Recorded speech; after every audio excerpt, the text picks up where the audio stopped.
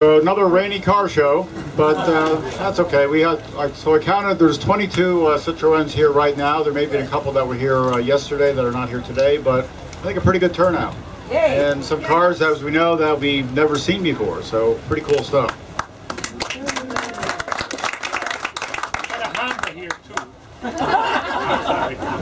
Yeah, we got my wife's Tesla too, but anyway, and speaking of that, I want to thank Anna Mae and Rose for taking over the table and getting everybody registered and getting all that done. So thank you, appreciate that.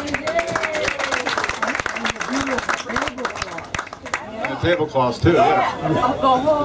And also, I also want to thank the President Emeritus of Bradnoss Automotive, Brad Noss. Okay.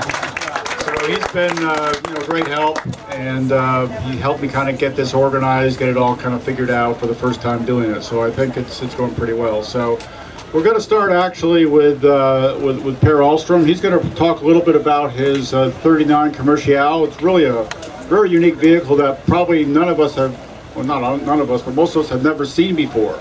So without further ado, I'll turn it over to Per, then I'll go ahead and introduce Mr. Brown, and then we'll go from there. Thank you. I got interested in Citroëns in the late 1960s because I thought they were very beautiful cars. And I'm not talking about the DS. I was fascinated by the traction and all. And there were still a few driving around in Sweden at that time. So I started looking to buy one, and I found an ad in a big newspaper in Stockholm, the Dagens Nyheter. It was one line, and it said B11C, and then a phone number. And I had never heard of a B11C, so I called them. They invited me to come and look at it. And when I saw it down there in the dusty basement, oh my God, it has an extra window. Never seen that before. So I sold the car, the everyday driver I had, and bought the car and emptied my bank account. I was just out of university, and I used it as a daily driver for 2 months. And then the hoses started to crack, and everything sort of went downhill. And there was no Brad around, so I couldn't find any spare parts. I parked in a parking garage and bought another car. And but this was a great incentive to buy a house, because now I needed a garage. So 2 years later, I bought a house and got a garage. And in my youthful enthusiasm, I started to take the car apart. And then life happened, and I realized that this will take some time. So we're right here. I made some money, so I bought a 1939 six-cylinder to drive when I was restoring the other. And of course, it only took 6 months before the engine appeared. And then, I wanted to paint the inside of the engine compartment. By then it was out, and I painted it by hand so it wouldn't get too shiny compared to the outside of the body. And, well, it still got too shiny, so I had to restore that car. And Commercial was put on the back burner. But the funny thing about it was I moved north, and this car is from the north of Sweden, from a place called Kramfors. And when I moved north with the car in parts, well, 2 cars in parts, I went to a conference, and the guy came up to me and said, "Hey, Ahlstrom, how's the Citroën?" Well, I said, which one of them? "Well, the Commercial," he said. "How do you know I have a Commercial?" "Well, I sold it in 1939 to the painter, to, what's his name? I don't know. Sundin. And before that, I used it to move from Jönsele, where I lived, down to Kramfors. So he had the bad luck to open a Citroën store in the north of Sweden just before the war broke out. But I got some stories from the war too, because an advertising salesman at the paper I worked was a good friend of the painter's son. So he told me that the painter actually got tires during the war to use the car in his business. And he also got a small ration of gas. And he didn't drive much, so he just painted locally, I guess. So there was gas enough for the boys to take the car to dances on the other side of the mountain. And he said, every time we had hit the downhill, we turned off the engine so we could save the gas. And then I went to a meeting with the Norrland's Motor History Association. And there was a guy called Arnold, his name was Arnold Mattsson. And he said, oh, the Commercial, the painters from Commercial. Yeah, I know that very well. I did the service on it in the 50s. And, you know, he just couldn't drive. And he was such a bad driver. And I once had decarbonated the head of the engine, took the painter for a test drive. When I put the car in third, the painter yelled, stop, stop, stop, I've never tried that. Which explains why it doesn't have the original gearbox. I also talked to the painter's son, who actually played soccer on the Swedish national team once. And I caught him just 2 months before he died. And he told me that his father really hated to drive. And his mother hated the car even more. They had made one long trip, which was probably, I'd say, 250 miles or so. And it took a very long time. And of course it does if you drive in second gear. So that car was a bad conscience for many, many years. I took it apart in 1974, and I started to try to reassemble it in 2005. Didn't make much headway, and then I met Leanne and decided I would move over here, and realized that we couldn't sell the car in parts, and we couldn't bring it over in parts. So I took it to the Dave Burnham of Sweden, Ulf Stålnacke in Gothenburg, who put it together and actually managed to make a car out of all those parts. We picked it up in 2014, and he wasn't finished with it. But we had a club meeting with the Swedish club, and I just had to get there. So Leanne and I took it, and the nuts were loose, and I don't know what, but we managed to get there. Yeah. I had to call another expert who came and said, you have to tighten the nuts. And I decided to have it shipped over here. And I built the garage, I was building a garage. I had it in a tent for a while. And then it's taken me 8 years to get it going. I was on my way here in 2019. I was invited to display the car, and on the way here, Conrad broke.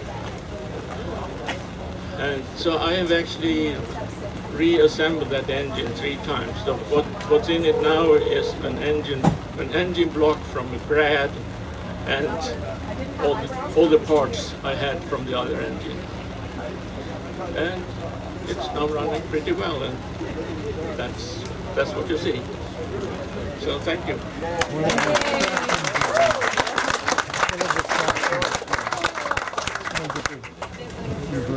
Well, thank you, Per. I appreciate taking the time to talk about your car. It's really a fascinating vehicle and something that is really awesome to have at the show here. So without further ado, I want to introduce Paul Brown. Paul gave me his bio, and I'll read from his bio so we all know who Paul is. So Paul is a retired NPR journalist, a newscast anchor and executive at NPR. He also plays the old-time banjo and fiddle, and as he puts here, this is not an insult, I guess, but he loves old, weird cars. That was your words, right? Yeah. And some of you may know, we used to have a PL17 Panhard. I think you sold that back in 2019. You purchased the 2CV over on the right, and you decided that 29 horsepower wasn't going to cut it, right? So that's really the focus of the presentation, is how to get a few more horsepower out of your 2CV. So, Paul, take it away. Oh, one more comment. After we're done here, we can have a couple volunteers to help Per Ahlstrom load his car on the trailer. That'd be appreciated. A couple spotters would be helpful in the rain and all that. So we'll take care of that after the presentation. Thank you. Paul, thank you very much, Paul. Yes, Richard. Someone told me that you were going to talk about what we should do if we find a big jug. Yeah, I'll tell you, but I'm going to wait. I'm going to wait on that because there are certain words that I wouldn't want to say in public. Nothing's the matter with jugs. As a matter of fact, I've got one that goes right around this thing. I almost brought it with me. Thank you very much, Richard. Appreciate it, and thanks to everyone for coming out. I also want to thank, of course, Paul Anderson, whose name tag I stole as soon as I saw it this morning. I ripped it off his shirt and said, I want one of those. He said, here, have this one. And Brad Noss, of course, for all of his work over the years, and he's been a great friend to me in the years that I've been in the Citroën community. I see Gary Kelly back there, whom I've had many conversations with over the phone and in person. He's got a shop down in Georgia, and his wife Sherry. And so Gary is my resource in waiting if I ever get to a place where I can't do something, because he's a real Citroën man down in Georgia. Terry, speak up. I can't hear you, honey. Okay. So can everyone see here? You can all see the screen? Then also among my many, many people to thank, I would like to thank my good friend Dave Agar from Ohio, another amateur mechanic but far above my level.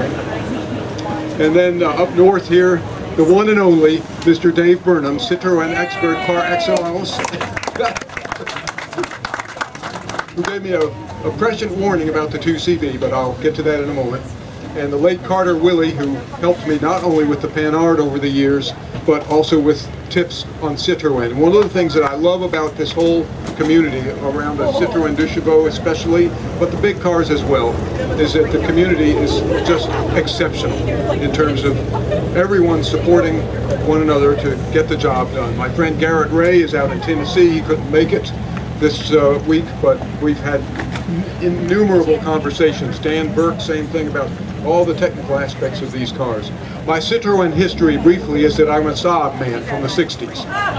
So I grew up driving two-stroke and V4 Saabs that my mom and dad had, and then I moved into. The first car I bought with my own money was a 60 Saab 93F in 1971 with 110,000 miles on it, perfect college car, $295 out the door at a Sinclair station on Long Island, New York, where I found it. And I drove that car for a couple of years and 20,000 miles, sold it for $300, it's $5 more, to a minister, no less. I regret that to this day. I really shouldn't have done that. And but I wish I'd never sold the car. But one of the things I learned with the 93 was that even good companies can do incredibly stupid engineering. So the 92 had a two-cylinder, two-stroke transverse engine mounted up front like an old DKW, and thermosiphon cooling. When they went to the 93 in 56, they went with a slant 3, longitudinally mounted two-stroke, and kept the high rear radiator, but added a water pump anyway. So it didn't need it, it would have had thermosiphon, but they added a water pump, and they had a clean sheet. This was a total opportunity for excellence. So what did they do? They attached the water pump to the back of the generator and located it directly over the cable-operated, exposed mechanical starter switch at the back of the starter, which is also where you get all your main 12-volt power. So if one of the the hoses out of the water pump started leaking, or a seal in the pump started leaking, as they would, as I can attest, you would then lose your generator, water pump, and have a light show all at once, and the car would stop. It took Saab 5 years to put a water pump on the front of the engine block and get that water pump in there and get it away from the generator. So the Citroën actually is not that big a challenge after some of the Saabs that I drove. You also couldn't get to the fourth spark plug on a Saab before without a special wrench. So, but good cars, and front wheel drive all the way for me. Mom and Dad loved front wheel drive and small cars long before other people did. Biggest car we had was a Studebaker Lark, which was shorter than, you know, a Panhard PL17 by 5 inches. Unbelievable. So I got into Citroëns through going to Europe once with my folks, and also seeing them at the New York Automobile Show when I was a kid. Just unbelievable. Then our next door neighbors bought his and hers DS21s. And we grew up all together, these two houses, and there were 3 kids in each household. We were about the same age. We all went to school together. It was a small town. Mom and Dad had no business in the town. They had no money, but they bought a house on the GI Bill that had been sitting for 2 years because it was too close to the road. So, but we were not in the position to buy 2 DS21s. We were trying to patch the Lark together all the time. But they had 2 of these cars, and that's where I learned about really to appreciate Citroëns. And I drove those cars regularly because the 2 families were as close as one. We all grew up together. And the most fun time I had with one of the 21s was, he was an attorney. So I got to do the DS chauffeur thing.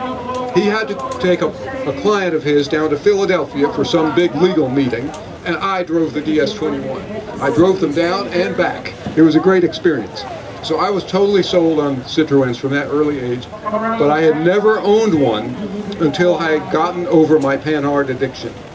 So after 21 years with the Panhard, many long trips with it, often on a trailer rather than on the road, I swapped it out to Dale Martin for this wonderful deux chevaux.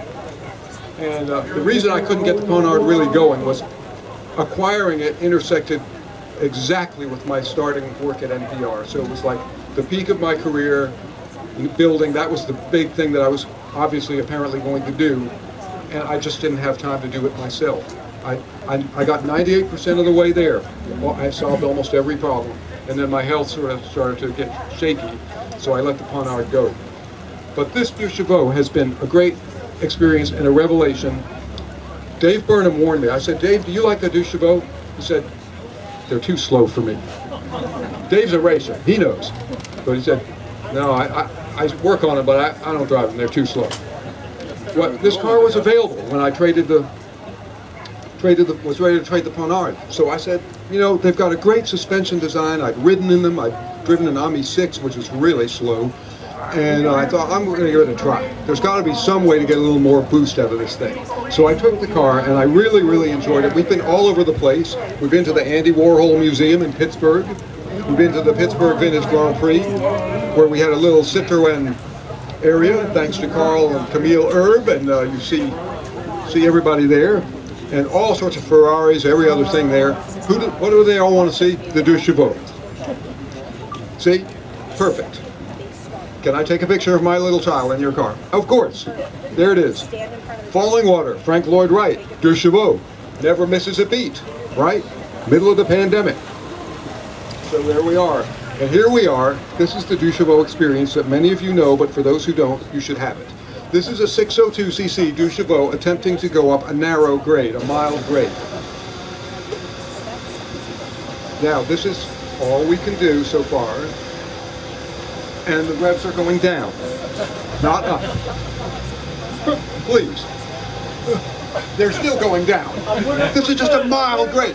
You have both carburetor jets open. But it's still moving. It's moving. Hard and mouth, all the time. This is a 602 experience. It's flat. Wait. No, we still aren't gaining. Finally, we're going downhill, listen. That was acceleration in a 602 Dushabot. This is the performance. This is US 460, wonderful ride, and now we're going downhill, everything is good. So that's an experience that many Dushabot owners are familiar with. Here we are in West Virginia. You get to places like this, and you really do want just a little more oomph to get up those hills in modern American traffic. An F-150 is behind you, or maybe a Dodge Hellcat, right? That's the good thing. You get a Dodge Charger Hellcat behind you, 500 horsepower. So you pull over, as I did. But, top of the mountain in West Virginia, you know, it's still a charming car. You've got to love them. So I looked around. The solution was a big bore kit, and this was not available when I first knew Citroëns. But it turned out that I was not the only person wishing for a few more horsepower and a few more pounds-feet of torque. There are two basic kits out there right now if you're interested in doing this job. And I want to say that this whole presentation is from the standpoint of someone who is not a professional mechanic. I worked on my mom and dad's cars when I was growing up, all wrench and, hand tool stuff, no computers. In order, we had, Fiat 1100, Sunbeam Minx, Saab 96. These were our family cars back in then. I remember them all. Studebaker Lark, I mean, just great little cars. Fiat 128, awful. I bought it myself. Service accessibility was so bad on that car as a small, low-priced car. I thought, what are you guys thinking? You're selling this car to poor people. Why would you make a car with the engine where you can't reach the timing belt? The distributor is on the bottom side of the engine where it gets wet and you have to change the points. God help you if you drop something. You can't see it, you can't feel it, you can't adjust the gap. Why? Why? Both wheel bearings on the front went out at 20,000 miles. Bad materials. The paint started crazing. Bad materials. The rear struts went bad and I tried to change it. It was an independent rear suspension with a transverse leaf spring. My friend Peter Hanke and I got under the car. We got the strut out, but we couldn't, for the life of us, get the new one in. We used a stump to try to lower the car, and so that taught me about finding cars that are made out of good materials, well thought out, well engineered, and decently assembled. This car qualifies. It's got its weird quirks, but it's really a very robustly engineered car made out of basically good materials. Yes, the tin is 12 gauge, but as far as the engine and everything else, it's really good. So you can get a Burton big bore kit. I got mine on sale for about $285. Now they're closer to $400 because of inflation, and every now and then they'll run a sale though. You get 2 jugs, 2 big pistons, gudgeon pins, rings, circlips, everything you need, and then you buy a set of engine gaskets. And the claim is, and this is the Department of Exaggerated Claims, that you can do this without removing the engine from your car in your garage at home. So I thought, I'm in. And there's a video that they have that shows how to do it, and it looks like everything is just absolutely grand. No problems whatsoever. So I brought it in. Now, if you want to spend more money, you can buy a VGS big bore kit. Also 652 cc's, if that number is familiar to you. Yes, it's the displacement of the Visa engine on the Citroën. But new castings on both of these kits for the piston, for the cylinder jugs, and new pistons. The early kits, you've probably heard some old wives' tales about how people have had a lot of trouble with the 652 kits. The early Burton kits and others, not VGS, but there were some others available, used either VGS cylinders or they would bore out 602 cylinders to 652.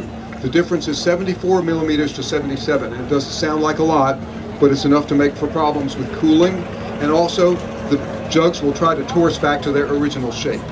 So finally everyone learned their lesson. By the time I bought my kit, it was new jugs, new pistons. The big difference is between the VGS and the Burton kit. The VGS costs 3 times as much. You get forged pistons and probably slightly better tolerances, and it's European manufactured, which means that the laborers actually got paid, which is not happening very much in China, or wherever the Burton kit was cast. So those are the 2 big differences. Now, I've had no problem with my Burton kit whatsoever. I'm told that the forged pistons, which are great for competition, are not necessarily as good over the long term for the road, but I don't know that for a fact. And as a journalist, I'm going to deal in facts today. What I decided to do, since I'd heard a lot of speculation about these kits, whether they were any good or not, whether you got extra power, whether they used oil, whether you got adequate torque, whether the engines overheated or blew up, heard a lot of speculation. But nobody had hard information. There even were people who'd installed them, but they couldn't tell me for sure what the result was. So I pulled into my little garage, just me and my hand tools, and there we are. As you can see, nothing fancy. And what I'm trying to tell you is if you want to drive an old car today in today's traffic conditions and enjoy it and not have it sitting in your garage all the time, you're going to have to learn your car. And I'm 71 years old, but it was time to learn a new car about 4 years ago. And I said, okay, I can do this. Dave Burnham tells me I can. Carter Willie told me I could do it. Oh, and I got Carter's seal of approval. I said, should I put the displacement up? He said, I think it's a perfectly good idea. Why not? So that sent me forward. Remember, the European displacements were chosen mostly because of taxation laws regarding displacement. It wasn't necessarily the best displacement. It was what could people afford to buy. And I thought, from owning my deux chevaux, that the 602 was just working all the time. All the time, you were flat out. All the time, you were revving it to the max. I thought, this is not necessary in today's world. And I had had experience with larger displacement engines that got better fuel economy. Toyota went to a 2-liter engine for the Prius from an 1800, and they started with a 1600. I thought, what are they doing? Well, each version of the car gets better mileage, and we know we've had 3 of them. We get 53 miles a gallon on the road and 44 average. And the earlier ones didn't do as well. So I thought to myself, I bet if I throw a 652 displacement into this, it not only will perform better, but it'll get better fuel mileage and be easier to drive. So off we went. There's my little workstation. You see my tools laid out on the pink blanket. And you know, as an amateur mechanic, I keep very careful track of my tools. If I pick something up, and also, you know, the computer's getting a little older here too. If I pick a tool up, I had to rehearse this now. Because when I was young, it didn't matter as much. Also, you're more agile if you lose something. Now I don't want to do that. I don't want to bend into a pretzel to find something. I look at the tool, I put it down, and Terry will confirm in the back that she hears me talking about what I'm doing at all times. Right above. Her office is above the garage. She hears me out loud all the time. She hears me say, I'm putting this tool down here, I'm putting this set of parts down here, and she also hears me saying, why did they do it this way? What were they thinking? He also talks to people, but we won't go there. And they aren't there.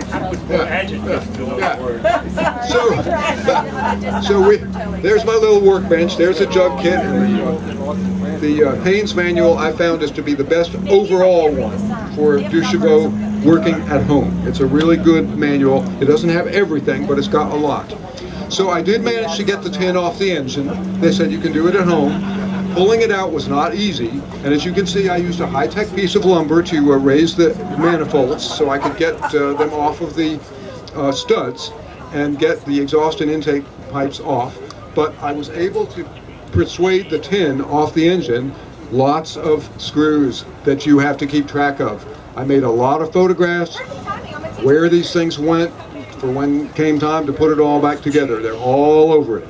So here we are, and you can see I've got everything down, and I carefully worked with this so that I knew where these parts were, what order they were going to go back when I replaced them, and there we are. So this is the old piston. Here it is. Kind of rich, I think.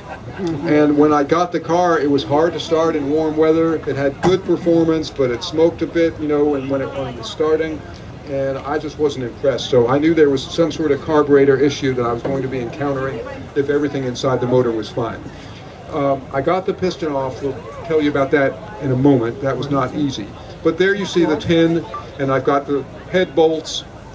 The heads came off quite easily by hand, but every operation for me was like heart and mouth for a while at the beginning, until I started to gain confidence. And then I realized I was going to be okay with this at home, maintaining this car.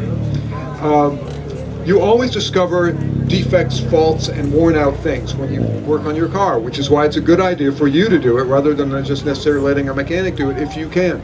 So I get to the intake, and the whole intake hose is perished. No wonder I'm having mixture problems.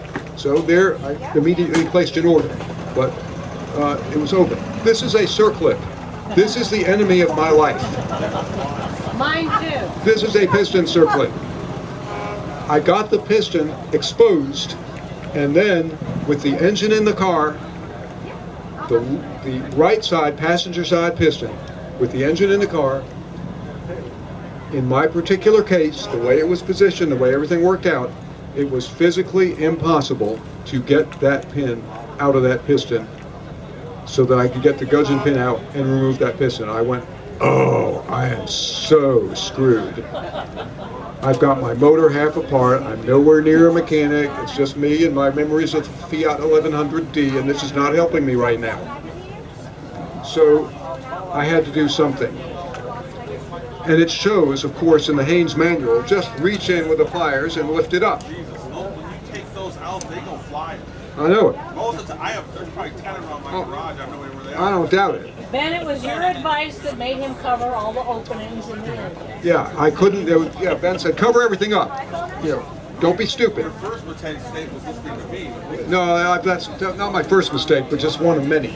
Don't worry, Ben. We've been friends a long time. So I decided this piston, which is here, it is making a personal appearance, was simply going to have to be sacrificed if I was going to go forward with this job. So out came the Dremel tool, and I ground the hole on this piston. I ground that seat circlip out until it popped out. I said, we're not going back to 602 anyway, because one thing I had determined as soon as I got the jugs off, and this is important, you have to make sure that your engine's in decent shape. So I did not use oil. I was not using much oil. But if there was any play, I had made the agreement with myself, that any play at all in the connecting rods, I was just going to button it back up as a 602 and drive it until it blew up. So it was in great shape. So I knew I had made the decision then to go forward with the job. But then I was stalled by this thing. So I finally got it out. There it is up close. Oh, good heavens. It was awful. Look at those scratches from me losing, purchase on it. Terrible. And there it is, ground out, and I was able to remove it. But then I couldn't get the gudgeon pin out of the piston, because with the engine in the car, you have no access from the front side to tap it out, because the cooling shroud is in the way. So you can't get even the smallest hammer in there or a little bit of pipe. I said, I'm screwed again. And I couldn't get to that pin that was in there. So I went to Lowe's and to Ace Hardware to the rescue. So for $7, I picked up part of a barn door hinge on cutout. That was like $3. I paid more for the washers, for the fender washers, than I did for the hinge. And then I got a bolt, and I was able to put it in from the front side of the piston. That much I was able to do. And then put the barn door hinge on the other side, and press this thing through, and it came out. Now here you see, this is a little digression, you see the exhaust pipes off, and there's, to the left is where the muffler goes out to the back of the car. Also a good reason to do some of your own work if you can, because once I got it off, I discovered an exhaust leak, not something you want on an air-cooled car. Not quite as bad as an intake leak, which can be really deadly, but you don't want this. So I made a note of that. We're going to have to solve this before we button up. So there it was. And here is the moment where we put on the piston. But my little puller worked great. And this shows that I actually did some of the work myself. So there. This is the final moment. Terry McMurray was the videographer. And there it goes. New piston, new jug. Everything went in well. And I was proud of myself. Trust me. Very proud. Okay, come on. All right, so here is undoing the head bolts, getting all that stuff ready, and retorquing them. So what I would like to suggest in all cases is to torque correctly. Because I found that with the Deux Chevaux and almost all other cars, A lot of people just do stuff by hand and estimate. They guesstimate. It just doesn't work. It really doesn't. You know, the valve cover gaskets on a deux chevaux will leak if they are too loose or too tight. And most people don't understand that. It's 5 foot-pounds, it's all it is, to make it work right. So I went around this car and I torqued every bolt that I put back together very, very carefully. So I just recommend that you get a torque wrench and do the right thing.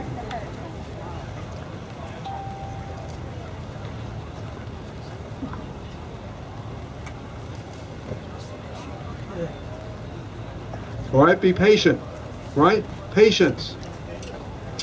There it is. Valve adjustment, careful. Adjust them big. It's a little bigger than they say, 0.2. I'm doing a little more than 0.2 millimeters. It works well. You're in the mountains in West Virginia, weather's hot, you're driving your deux chevaux pedal to the metal. Don't give your exhaust valves a hard time. You know, save your motor. Keep it cool. If you use these pushrod tube seals, you're going to have to replace. Now I checked my engine. There was no sign of leakage where the pushrod tubes meet up against the block, so I realized I could use them. But everyone told me to get new Viton pushrod seals from Burton, and they really are better, and they haven't leaked a single bit. They're a little bit aggravating to put on. I'd never installed a set before, so let me just say there was some language as I was getting them done, because they kept slipping out of my hand, and they're oily, and you know, you've got to bend them across and then get the tube in and make sure, and then as soon as I got one done, I thought, oh, you're done. And then I realized that the ring that they go into, I had not put in the right position, so I had to come again. And at that point I went up said, Terry, let's have lunch. If you get frustrated, have lunch.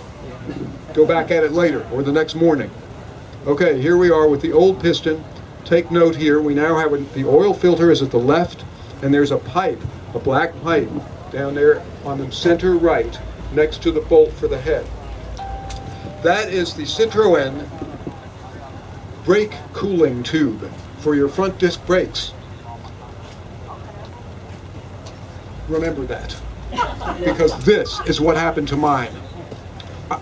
When it came time to put the tin back on the engine, on the right side of a deux chevaux 6 with an oil filter and disc brakes,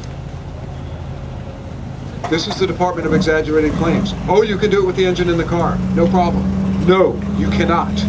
You cannot. And there was all sorts of uneducated advice to me from online forums on Facebook and everywhere else. One person wrote in and said, well, if it went out, it'll go back in. No, it will not. You can pull it back out, but you're not getting it back in there if that oil filter is in place and the brake tube has not been removed. Fortunately, when I looked it over, I thought, how am I going to get the brake tube out? I can't even get access to it. I'm going to have to be here for like 2 hours with a hacksaw blade. You know. And then I saw my friend, rust. This tube had already partly rusted out, and I could actually see through into the shroud. So I said, this is my friend. So I took my gorilla self and went after this thing, and I tore that sucker out of there. And it is one of my souvenirs for my job. This is the remnant of the tube, and this is where the violence was done.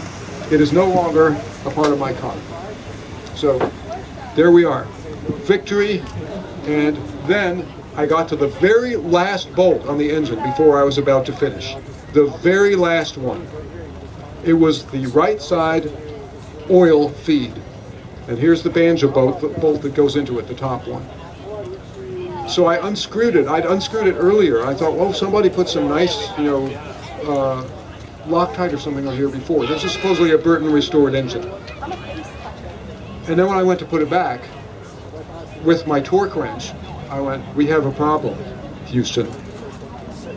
So this was a stripped bolt. That's what came out around the threads. Somebody had put something on there to just try to hold it. And the car had a very slight oil leak that I had never been able to identify. Didn't know where the source of it. But a little bit of an oil leak all the time, just a little.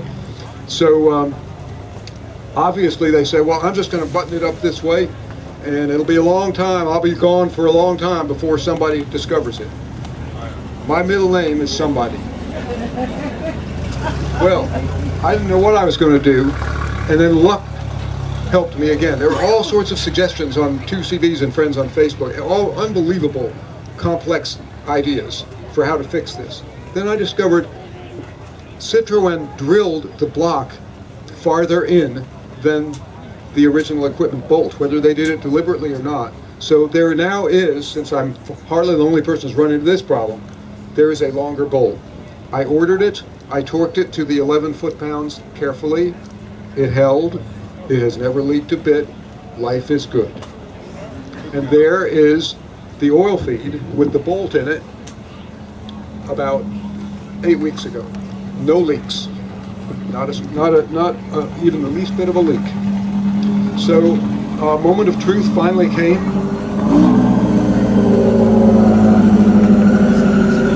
Yeah, it does.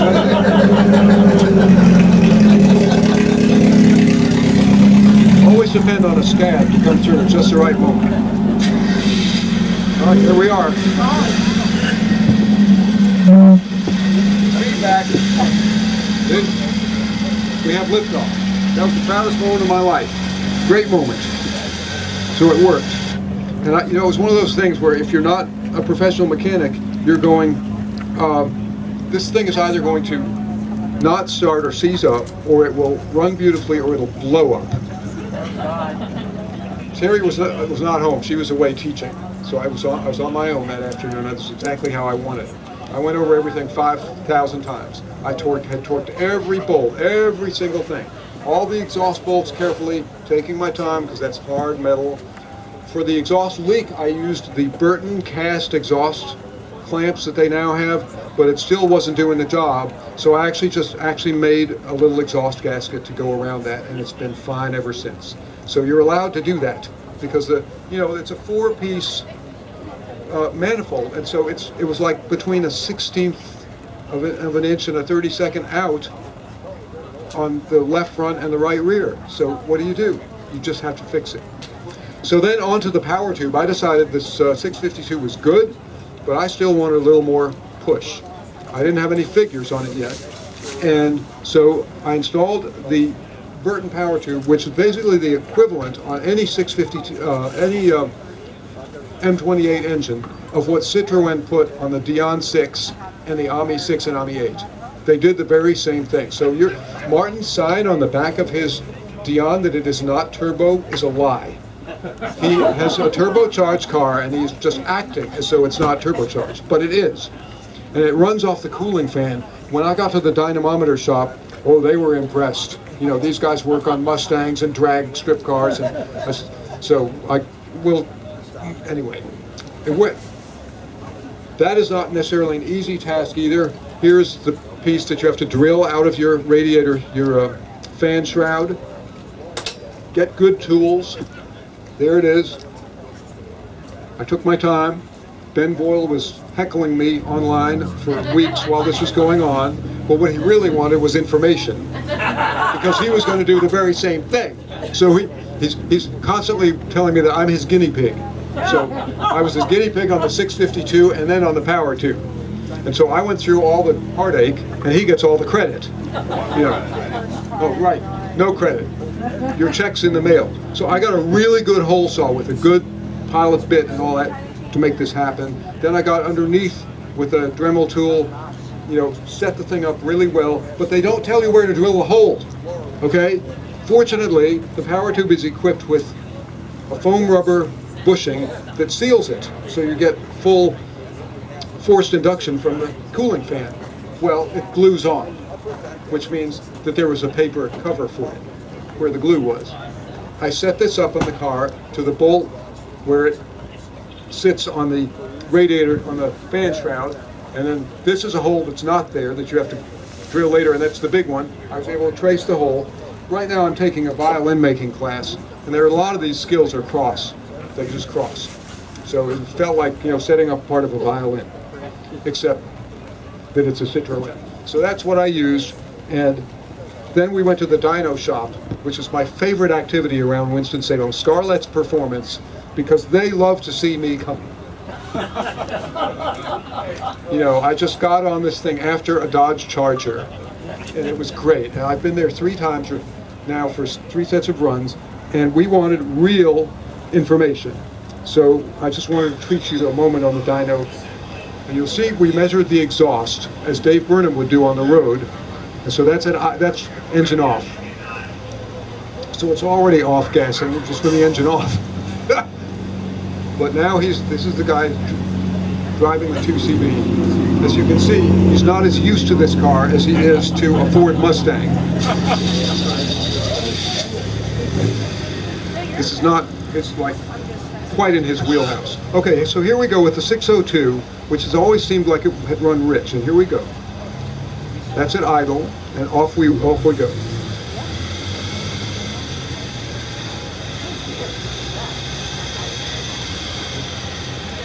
Shifting into second, and here we are. Okay, so now we're at like 12.3 to 1. Still kind of rich, not too bad for air-cooled. Uh-oh, 14. 14.7 to 1 is optimal ignition for gasoline. So this is full throttle.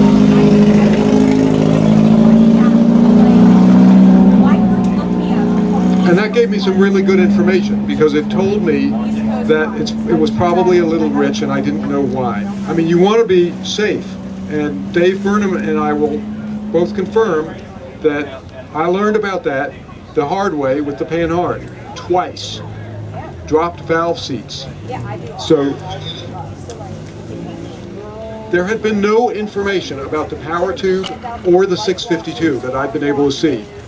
And nowhere. Everyone made claims. No one had information. So one of the reasons I decided to do this was to get information that all of us could depend upon. So I'm going to write this up for George Dyke's newsletter, CITROENS, so you can see the charts. And you can also write to me. My card is here. If you want to write me an email, I'll send you the information. But what you see on the very left, the 2 purple ones, those are the 3 runs that I made with the stock 602 engine. So the one to the left, farthest left, is horsepower. And these numbers, you will notice if you're looking, are lower than what the factory says. This is not horsepower at the crankshaft. This is power at the road. It's not even power at the wheels. This is power at the dyno, what it's doing. So it's less than the 29 horsepower factory, and the torque reading is also lower. But the point of doing these runs is to get a comparison and see whether what you are doing is actually working. So that's the first set of runs. Then run 4 was the 652 engine without the power tube. And so it's green for you guys, that's right, it's purple on my printout. So that's green, thank you, Terry. So now we get a horsepower boost of a couple of horsepower, but a significant torque boost. The torque boost is way up there, and if you look, you will see that it immediately goes to full torque at a very low RPM, and then slowly drops. And that's where your real advantage comes from with the 652. Then a bunch of people told me the power tube will do absolutely nothing for you, it is not worth buying, you're wasting your money, blah, blah, blah. All in the land of opinion and prediction. Run number 5, the red one. That shows that you get an even bigger torque boost that is extremely useful at low to mid RPMs. That's the highest line on there now is the torque, but look how much higher it is than from the original 602. It's amazing, the difference. And then you get an additional boost on horsepower as you see the horsepower curve towards the top of the range. Now we know the engine produces its maximum power at 5750. So it's not just a boost, but I was predicting this because of the way the power tube works, that the advantage in horsepower would become greater as the revs increase to redline, because you're getting more boost, more compression, more air into the carburetor, and that is exactly what happened. It goes up even more than the torque is boosted, or than the 652 horsepower boost. You've got an extra boost, and that's what I was wanting, because I drive in the mountains a lot. So I wanted torque around town and over hill and dale, and if I had to go up Interstate 40 from Winston-Salem to Asheville, well, that has been a 3rd gear run for me on I-40, and it's dangerous. The 602 couldn't do it. you had to be down in third gear, and it still wouldn't get to 51 miles per hour, which was the maximum. It didn't have the power or the torque to do it. And so you'd be cruising along at 45 miles an hour up the mountain with the 602, and people, you know, in the truck lane. But it was really nerve-wracking, and I didn't want that. So with this setup, in most places, I'm able to maintain a steady 51 miles an hour if I have to be in third gear. But the biggest thing is that on most of these hills on the highways, I can now go up those hills in top gear if I get a good start. And then I'm going to buy a tachometer, which I didn't need before, but with my Volvo 850, same thing. It has a very peaky engine, so I have to use it. It's not turbocharged, and I have a manual transmission. So when I'm towing cars, I've towed my cars here with it. 3,500 RPM is the magic number for going up hills. It doesn't matter what gear you're in, that's where your torque is. Same thing in this car.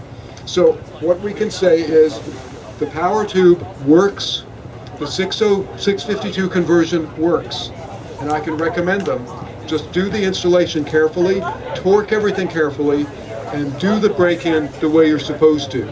I broke my car in very carefully at 1,000 miles. It's a 2,000 mile break-in. 1,000 miles, I retorqued the heads, readjusted the valves. And I've had no problem, and it's getting steadily more powerful as it goes on. So now to the subject of oil as we close up. There's been a lot of writing about oil for air-cooled engines, and I think GS and Duchevaux owners should be aware of this. There have been a lot of chemistry changes in motor oils in recent years. The big thing, of course, is the advent of the catalytic converter and hardened valve seats. So for people who have flat tappet engines like the Duchevaux engine, if you do not have an adequate amount of zinc in your motor oil, you are going to wear out your valve tappets and push rods, period. It's just chemistry. They will not last long.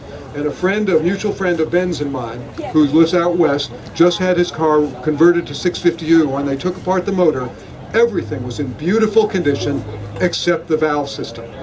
The tappets and push rods were worn out. So someone had been running that car on modern oil without adequate zinc. So Ben Boyle recommends Wolves had extreme duty 1540, 1400 parts per million zinc. magic number. Here's the thing, let's think about this for a minute. All these people who tell you that synthetic will eat things and destroy things, actually, I've never had an engine problem that I could relate to my oil choice, ever. My gearbox is sitting over there. I personally put 130,000 miles in my 2-series gearbox, which is supposed to be the weak link of the car. But on my situation, it's the only thing that hasn't broken. It has full synthetic in it. 7590 AMSOIL GL4. Thank you, Ben. And another oil that has appeared recently, because I've been researching this, and some of these motor oils are not as good for air-cooled engines because our engines run hotter. So Mobil 1 Racing 4T motorcycle oil is right at 1600 in zinc and is designed specifically for air-cooled engines that run at high RPMs, work hard, and run hot. So I'm going to give this a try, and I'm probably going to settle in with this. Some people are using Shell Rotella as well, the truck oil, and I've not used it. Some folks say it's good. I've not used it. I'm going to stick with this. It has less zinc in it. But I'm going to give this a try because also you may have heard, this is the last thing I'm going to say, you may have heard that the Indiana chapter of the AACA has a classic car motor oil. And some folks have been using that in air-cooled CITROЕNS. Well, I went to the trouble of watching the incredibly drawn-out and boring presentation on this oil at one of their meetings. Very nice gentleman, but it went on forever. But 2/3 of the way through, someone asked about air-cooled engines. It was a Corvair owner, and he said this AACA oil is not recommended for air-cooled engines because it is not designed to operate at the temperatures that an air-cooled engine operates. So it's got some of the things, but he himself said their organization does not recommend it. So I think we're in the land of Wolf's Head and Mobil 1 4T for the 2 Chevaux engine if you're really interested in longevity. And I'm really interested in longevity of my engines. We've had a great trip up here, 389 miles in the 2 Chevaux, set a fuel economy record of 40 miles per gallon. The mileage is better with the 652 and power tube than it was with the 602. That was another prediction that I had made because that 602 was just working all the time. And this time, I'm rarely on the second choke of the carburetor. And the torque just pulls the car up and over. So, anyway. Aren't we pushing close to 40 horsepower? Yeah, we definitely have +5. We'll never really know because our dyno work has been done, you know, in the car. So we'll never really know. But we're pushing some extra power. The torque is great and it's so much more relaxing to drive around town and in the country. So, any questions? Yeah, George. How tired do you think your original engine was before you started this project? Well, And I said that because I've driven across the USA twice now in the 602 2CV. yeah. And yes, those are a challenge and everything else, but I wish I had more power, but I didn't feel as underpowered as you described going up some of the hills. Yeah, I think if you get a good running start, it's really good. I think I did have some carburetor issues. Oddly enough, I think mine was jetted too rich. When I took the carburetor apart to reassemble with the jets for the 652, the main jet, you know, the stock jet was 105. Some people drilled them out to 107. Visually, when I got the main jet out and compared it to my other jets that I had, it was way over. It was probably 120 or 125. It was way over. It was nowhere close to stock. So sometimes you can actually get worse results with too rich a mixture. So I now went to 110 on the primary and 115 on the secondary. And then I thought when I put in the power tube, well, I might have to change it again, but that's why I went back to the dyno shop. And so the third run, we had good mixture, even with the power tube. First we did one with it disconnected, then I just put the rubber hose on and we did it. So it was supposedly a Burton rebuilt engine. I think it was a very strong engine. As I said, there was no play in the connecting rods. It started well, it ran well, it didn't use oil. The only problem that it had was hot starting, but I cured that with a new coil and then carburetor jet adjustments, and it's starting easier now. So it was good. I don't think it was new, but it was good. Other comment you made about when you connected your exhaust. Yeah. One trick we've learned about that is when you put especially the Burton test, when you put that on, leave them hand tighten your bolts, run the engine, and then tighten the exhaust as the engine is running, and the vibration clamps that nice and tight for you, and it's a nice way of doing it. Okay, for those who didn't hear, George said when you're putting the Burton exhaust clamps on, run the engine and tighten it down as the engine's warming, and that it will seat better and works. Burn your hands, right? Bring them together. No, you do it before the. Yeah, before it gets too impossibly hot. So, any other questions? We'll be around.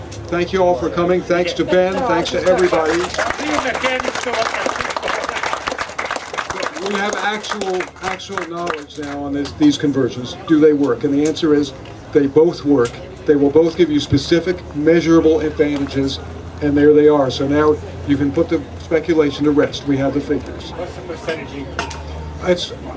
I haven't actually measured, but I guess I could do the calculation. But About 10%? it's at least 10%, but the torque is more than that. Yeah, the torque is well over 10%. I think it's probably 15% or more torque increase. It's big. On the highway, what are you running right now? Up to About 100, 105. Yeah. Yeah. Anyway, it's been 20,000 kilometers since I bought the car. It's about 7,000 now, and it's used less and less oil, better and better power. I'm sold.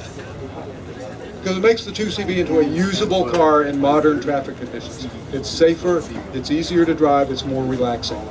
So thanks to Scott, our audio man and video man, who did a great job for us. Thank you all.